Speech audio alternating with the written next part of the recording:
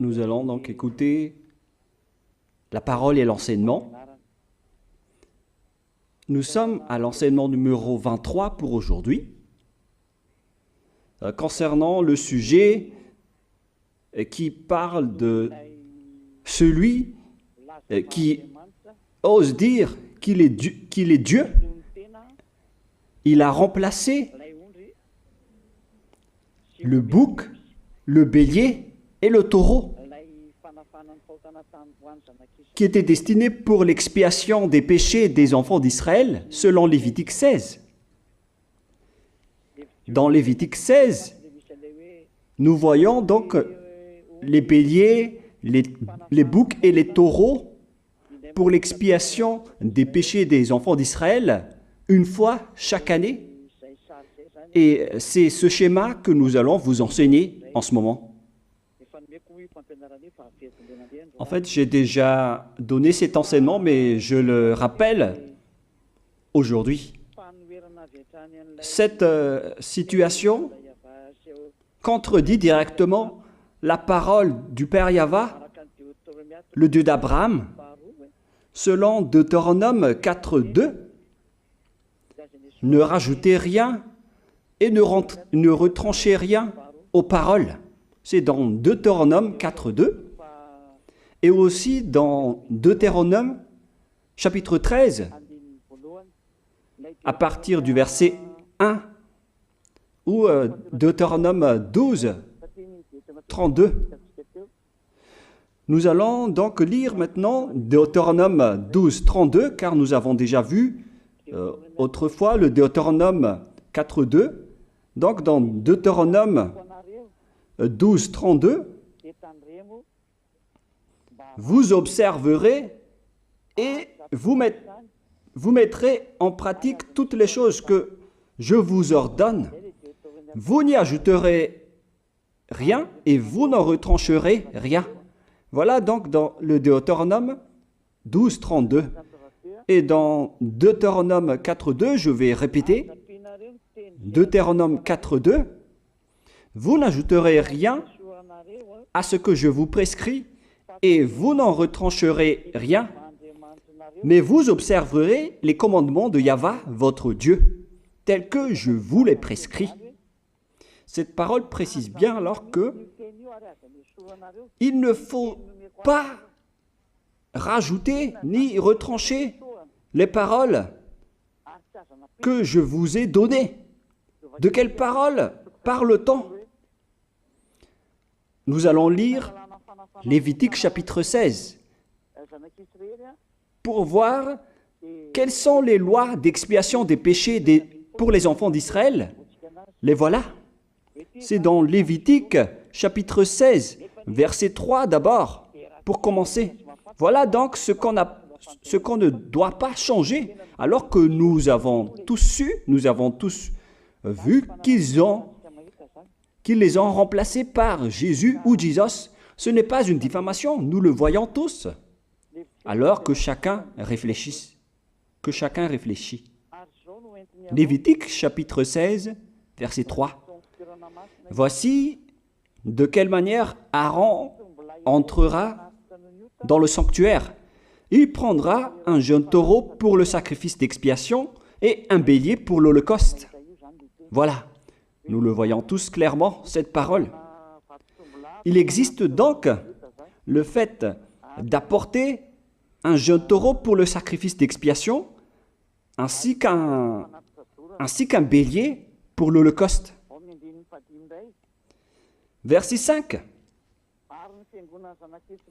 Il recevra de l'assemblée des enfants d'Israël 2 boucs pour le sacrifice d'expiation et un bélier pour l'holocauste. C'est-à-dire,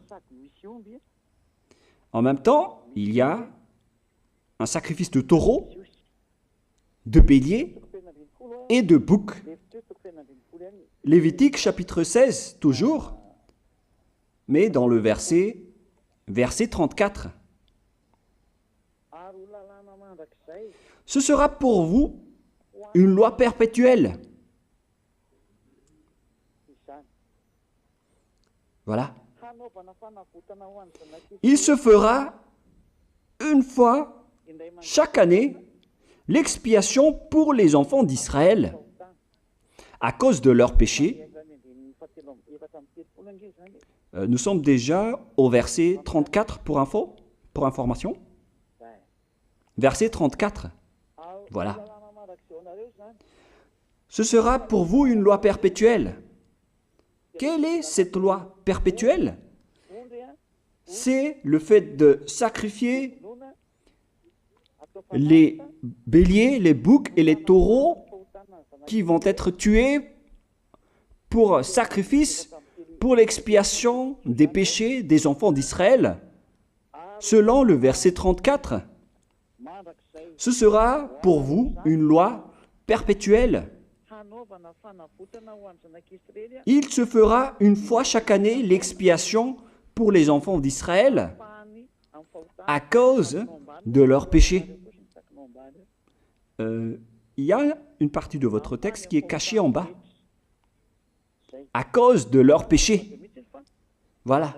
Ici, donc, c'est bien clair que l'expiation du péché qui se fait une fois chaque année pour les enfants d'Israël, qu'on ne peut ni ajouter ni retrancher, ce sont les sacrifices des béliers, de taureaux et de boucs. On ne peut pas changer cela. On ne peut pas les remplacer en Jésus ou en Jesus. C'est une loi perpétuelle. Donc, si vous observez les 10 commandements, vous devez apporter des sacrifices de taureaux, de béliers et de boucs si vous voulez être expié de vos péchés. Voilà le schéma. Alors que, en réalité, la situation pour les religieux étranges, on ne voit pas ce qu'il veut en venir, mais ils ont osé intégrer Jésus ou Jesus pour remplacer le bélier, le taureau ou le bouc. Et ce sont eux-mêmes qui le confirment jusqu'à aujourd'hui. Nous voyons tous donc ici que Jésus ou Jesus n'est qu'un imposteur, un hors-la-loi. Et les hors-la-loi sont des envoyés du diable. Le diable, il a commis le péché depuis le commencement. Ce sont des transgresseurs de la loi. Donc c'est prouvé ici que Jésus est un hors-la-loi. Nous allons lire la parole, poursuivre, dans 1 Jean, chapitre 3. 1 Jean, chapitre 3, à partir du verset 4. Quiconque pêche transgresse la loi, et le péché est la transgression de la loi. Voilà, c'est bien clair que c'est le péché qui est la transgression de la loi. Un pécheur, donc, c'est un transgresseur de la loi. Et un hors-la-loi, c'est un pécheur. C'est clair alors que Jésus ou Jesus, c'est un hors-la-loi, c'est un transgresseur de la loi. Nous avons tous vu ensemble qu'il a pris la place du bélier et il a siégé, il s'est installé dans ce système. C'est pourquoi toutes les églises observent les 10 commandements et ils servent Jésus ou Jesus. Voici l'enseignement. Alors, regardez bien à travers ce texte et cette écriture que je vous donne en ce moment. Et soyez conscients, ça suffit maintenant d'écouter ces faux dieux, c'est déjà trop. Tant pis pour vous si vous allez encore les écouter. Soyez conscients que ce schéma n'est plus correct. Beaucoup de gens me diffament à cause de ce que je fais en ce moment. Ils ne supportent pas la vérité. Mais ça dépend de chacun de vous. Et moi, je vous avertis, pour vous qui vont être baptisés et qui veulent être baptisés, mais qui entendent les diffamations et les critiques des autres, ne croyez pas en cela. Ce ne sont pas du tout vrai. La parole de Élia est directe. Ce ne sont que des mensonges. L'ôtement du péché, ce sont des personnes qui sont non-pécheurs qui peuvent le faire. Ce n'est pas logique de dire que les fidèles sont ôtés des péchés et le leader est un pécheur.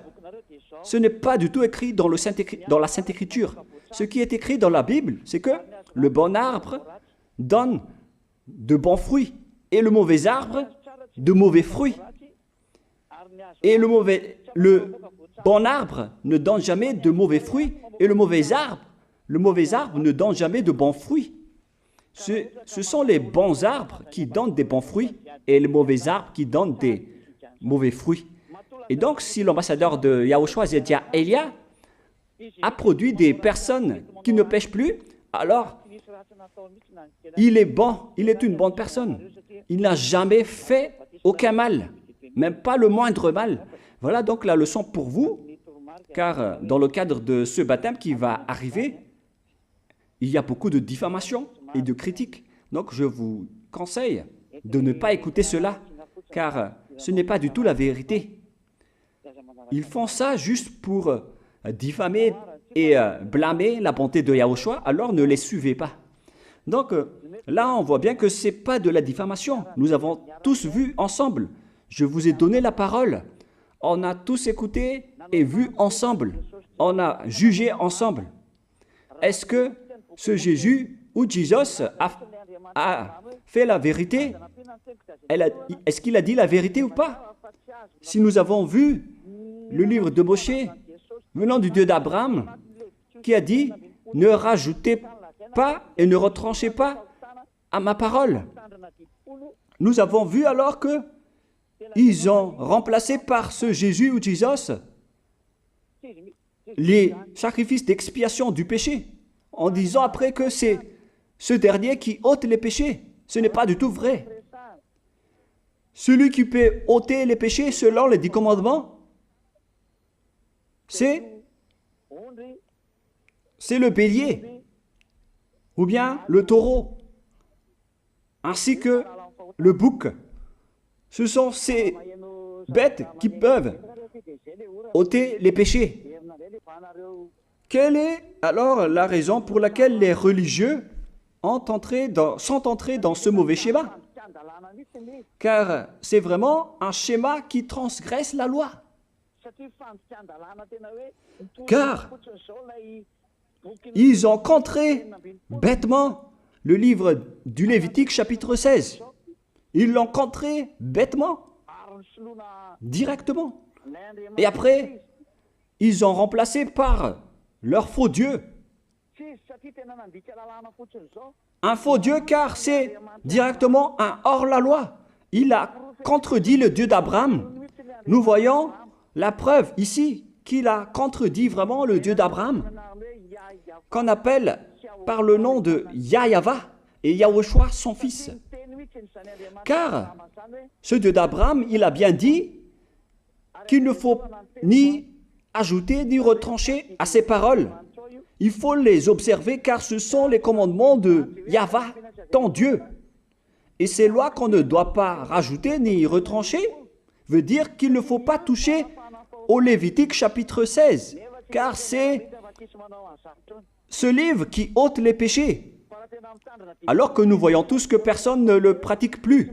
Si les 10 commandements, si les prêtres et les pasteurs pratiquent bien les 10 commandements, alors ils doivent faire le sacrifice de bélier et de taureau et de bouc pour l'expiation de leurs péchés. Alors que nous voyons tous que personne ne le fait plus.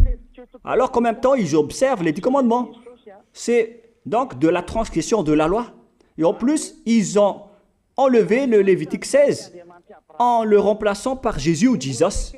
C'est-à-dire qu'ils ont contredit la parole du vrai Dieu, le Dieu d'Abraham. Et est-ce que vous allez encore oser contredire cette vérité? Est-ce que vous allez encore dire que vous êtes dans la vérité, que vous êtes dans la justice? Mais qu'est-ce que vous cherchez? Vous cherchez à prier et à servir le Dieu d'Abraham. Si vous voulez servir le Dieu d'Abraham, vous n'allez pas enlever le Lévitique 16, vous allez restaurer le Lévitique 16. Mais est-ce que vous allez encore oser le faire? Est-ce que vous pouvez encore le faire? La réponse, non. Vous ne pouvez plus le faire. Alors que il s'agit de l'expiation de vos péchés. Et dans ce cas-là, c'est obligatoire de le faire. J'ai expliqué l'essentiel jusque-là et après je vais vous donner la raison pour laquelle ils ont fait cette grande folie en intégrant dans le Lévitique 16, à la place du Lévitique 16, leur faux Dieu. C'est vraiment de la transgression de la loi. Vous n'avez pas servi le Dieu d'Abraham. Il n'aurait pas dû faire ça jusqu'à la fin, car il a dit qu'il ne faut pas ajouter ni retrancher à ses paroles, alors que vous avez osé le contredire et les changer. Nous allons donc voir maintenant dans Psaume chapitre 40, quelle est la raison pour laquelle les prêtres et les religieux ont arrêté le Lévitique 16 en le remplaçant par Jésus ou Jesus pour remplacer les boucs, le bélier et les taureaux. Et je vais vous expliquer la raison. Et eux, ils ne peuvent pas le nier car ils l'ont fait. Et si, par exemple, ils ne connaissent pas, alors il ne faut plus faire du n'importe quoi. Il faut que vous soyez enseigné par Élia, si vous voulez encore sauver votre esprit. Mais si vous ne voulez pas, alors tant pis pour vous et assumez les conséquences. Psaume chapitre 40, versets 6 à 8. Psaume 40, versets 6 à 8. Voilà donc le dégât qu'ils ont subi. Tu ne désires ni sacrifice ni offrande. Tu m'as ouvert les oreilles. Là, ils ont bien entendu et écouté que Dieu ne désire plus leur sacrifice et tout ce qui concerne ce sujet. Tu ne demandes ni holocauste, ni victime expiatoire. Ici donc, on est arrivé au stade où on n'a plus besoin des sacrifices. D'après ce schéma, alors, le Lévitique 16 a été supprimé. Et logiquement, puisque c'est une alliance qui a été détruite, alors on ne peut plus y entrer, car on ne peut pas ajouter ni retrancher aux paroles. Et donc, si on ne peut pas y entrer d'après la parole qui dit qu'on ne peut pas rajouter ni retrancher, si le Dieu d'Abraham a interdit le sacerdoce, alors logiquement, vous ne devez plus y entrer. Sinon, vous allez vous autoproclamer en tant que pécheur à jamais, alors que les pécheurs et les malfaiteurs n'iront jamais au ciel des cieux.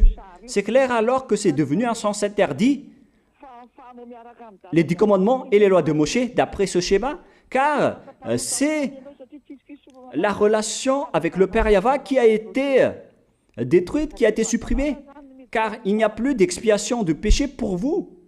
Alors vous êtes fous si vous allez encore entrer dans ce schéma. C'est pourquoi on a besoin d'une nouvelle alliance, car l'alliance des 10 commandements et les lois de Moïse ne sont plus correctes. C'est devenu supprimé, car on ne peut plus faire le sacerdoce, mais les religieux ainsi que les faux dieux, ils ne se sont pas...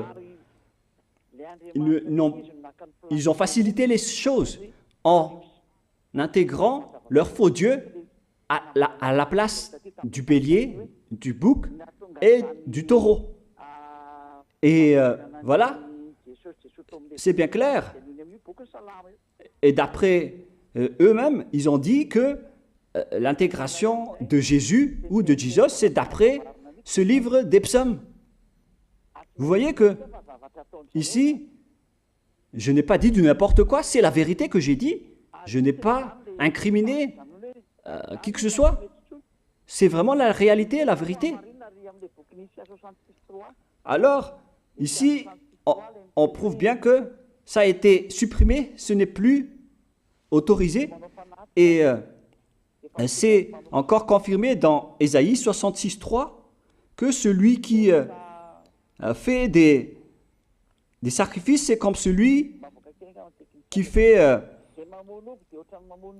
de l'idolâtrie. Celui qui immole un bœuf est comme celui qui tuerait un homme. Celui qui sacrifie un agneau est comme celui qui romprait la nuque à un chien. C'est vraiment toute une histoire si vous allez faire cela. Celui qui présente une offrande est comme celui qui répandrait le sang d'un porc. Alors qu'à l'époque des 10 commandements, c'était carrément interdit. celui qui brûle de l'encens est comme celui qui adorait des idoles. Ici donc, toutes les sortes de sacrifices ont été bloqués. C'est devenu interdit. C'est pourquoi le faux Dieu est entré dans Lévitique chapitre 16. Alors qu'ils n'ont pas du tout vu de leurs yeux qu'on ne peut pas ajouter ni retrancher aux paroles. Ils n'ont jamais vu et connu ces paroles. Il a fallu attendre l'arrivée de Élia pour vous montrer toute la vérité, pour vous montrer toutes les vraies paroles. Alors, il faut suivre Élia. Suivez Élia.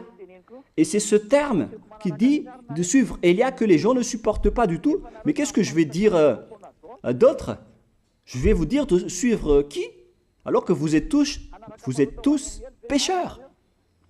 Est-ce que vous allez suivre les pécheurs pour aller en enfer?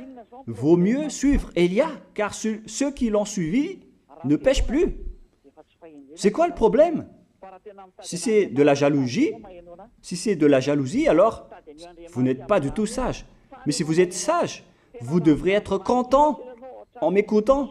Si vous cherchez ce Dieu d'Abraham, vous devez être très content en dansant à la maison en disant « Merci Élia, voilà ce que j'attendais ». Au lieu de dire des colères et de la haine, moi je vous donne de la parole de l'amour pour vous sauver. Alors sachez bien écouter. Et après, ils l'ont continué dans 40, verset 7 maintenant. Alors je dis, voici je viens avec le rouleau du livre écrit pour moi.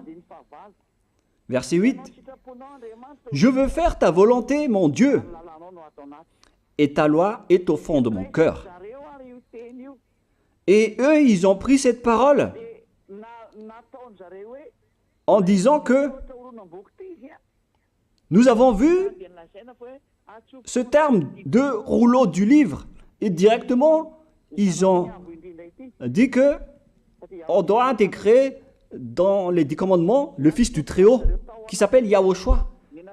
Ils l'ont intégré dans les 10 commandements. Pour vous qui sont dans le mauvais sens, vous l'appelez Jésus. Vous avez intégré dans les 10 commandements votre Jésus, mais Yahushua n'entrera jamais là-dedans car c'est vraiment interdit, c'est un tabou. Le sens du rouleau du livre que Yahushua a parlé ici, c'est qu'on parle de son histoire dans le Sefer Torah juif.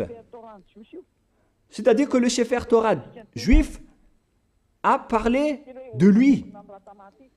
Nous allons lire la parole à ce sujet. En parlant du rouleau du livre, ce n'est pas qu'il est entré dans le Lévitique 16. Non, c'est un tabou, c'est interdit. Mais il a parlé de son histoire. En parlant du rouleau du livre, nous allons lire la parole concernée à ce sujet. Selon Luc, chapitre 24, verset 44. Luc 24, 44. Puis il leur dit, « C'est là ce que je vous disais lorsque j'étais encore avec vous, qu'il fallait que s'accomplisse tout ce qui est écrit de moi dans la loi de Moshe, dans les prophètes et dans les psaumes. »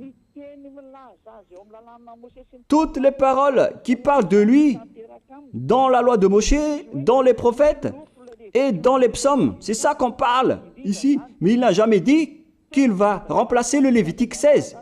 Au contraire, c'est un tabou, c'est un blasphème devant le Père Yahva, qui a déjà dit qu'il ne faut jamais ajouter ni retrancher ses paroles. Donc, les paroles qui parlent de lui, ce sont les paroles de la nouvelle alliance qu'il va instaurer, qu'il va exécuter.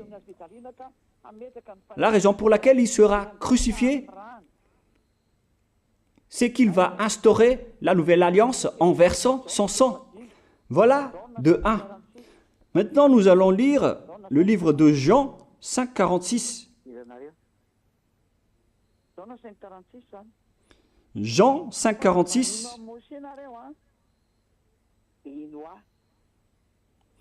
Alors, car si vous croyez en Moshe, vous me croiriez aussi, parce qu'il a écrit de moi.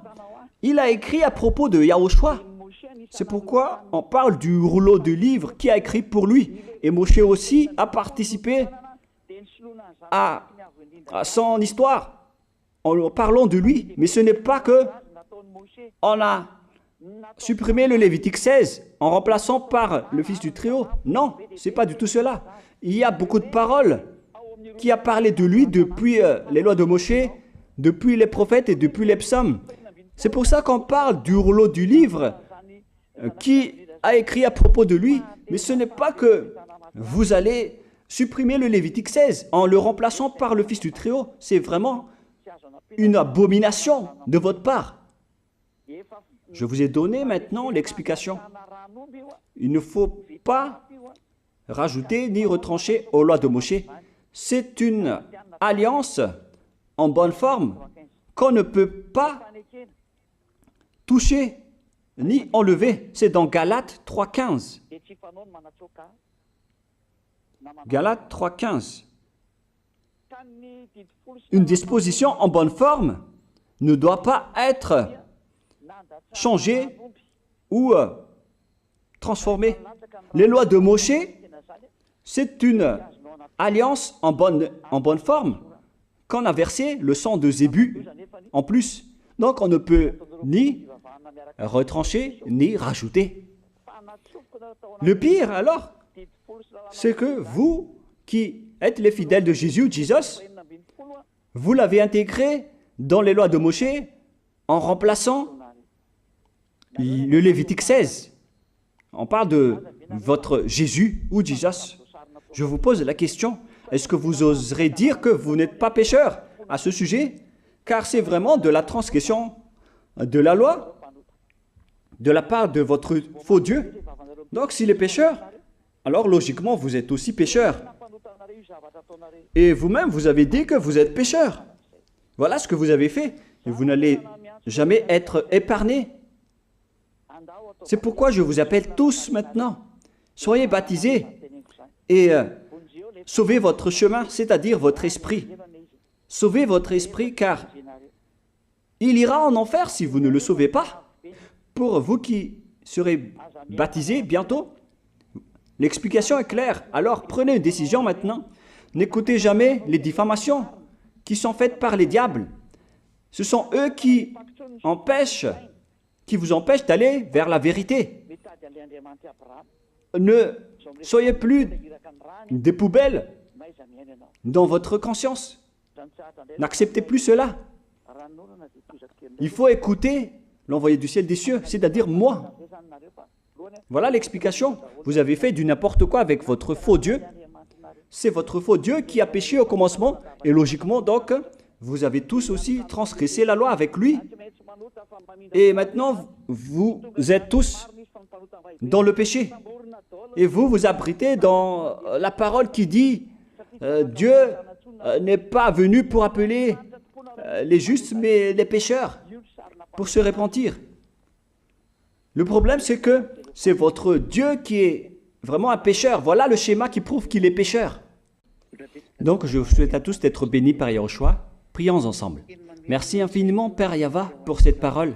Une parole qui conscientise les gens pour se retourner vers toi et pour faire rester fermes tous les enfants du Très-Haut, les personnes que tu as déjà choisies, pour qu'ils restent bien fermes dans le service, et pour ceux qui sont encore à l'extérieur, qu'ils courent vers Elia, car Elia et toi, Yahushua, vous êtes uniques. Merci infiniment, Père Yahva. Merci infiniment, Yahushua. Sauve les gens pour qu'ils soient intégrés au ciel des cieux, pour que les gens écoutent la parole, Père Yahva, Yahushua, toutes les paroles que j'ai montrées.